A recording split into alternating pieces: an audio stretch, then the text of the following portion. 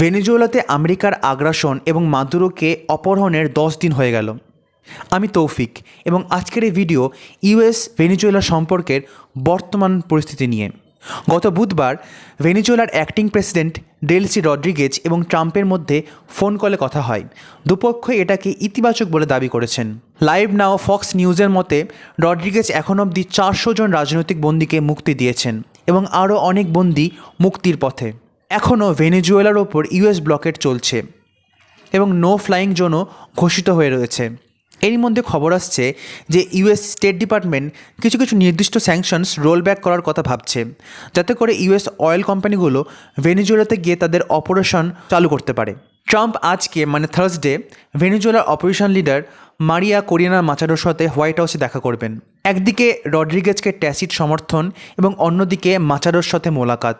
সব মিলিয়ে মাদুরো পরবর্তী ভেনেজুয়েলাতে এক নতুন সমীকরণের আভাস পাওয়া যাচ্ছে।